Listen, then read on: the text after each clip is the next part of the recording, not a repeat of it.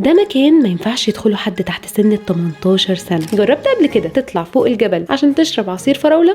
انا حد بيجي منه الحاجات الغريبة المتخلفة دي. بكل بساطة انا ومنية هبت في دماغي اروح مدينة معزولة عن دوشة العالم فوق الجبل، ومفيش مواصلات، في قرية صغيرة وسط الجبال اسمها نجد المقصار. حسيت نفسي في اجواء جيم اوف ثرونز. القرية دي اتبنت عشان تكون حماية ودفاع. البيوت بتاعتها مبنية جوه الجبل، والليلة جواها ب $400 تقريبا. حكاية المكان ده غريبة قوي. مبدئيا نجد في اللغة العربية يعني الطريق المرتفع، فهو من ناحية مرتفع، فجهزوا رجلكم عشان تطلعوا فوق الجبل. بس انا قبل ما اطلع رحت اروق على نفسي في مطعم وشي. ايوه وشي اسمه كده. هتحسوا ان المطعم طايف على الجبال. شربت عصير الفراولة وعملت فيها عاملة فيها يفرقكم عن حافة الجبل ازاز، وطلعنا. الاوض حلوة قوي، يعني حرفيا على حافة الجبل، عشان كده ممنوع حد صغير يدخلها، لازم هيطلع معاك حد يكون معاك يوجهك. وانتوا طالعين هتقابلوا حاجات غريبة، يعني مثلا هتلاقي مسجد فوق الجبل بقاله مئات السنين مبني جوه الجبل، واوض مجهزة من قبل حتى ما تتأجر، هي بس اترممت لحد ما توصلوا للقمة. فبكل بساطة ايه اول حاجة ممكن تفكر فيها وانت على حافة الجبل؟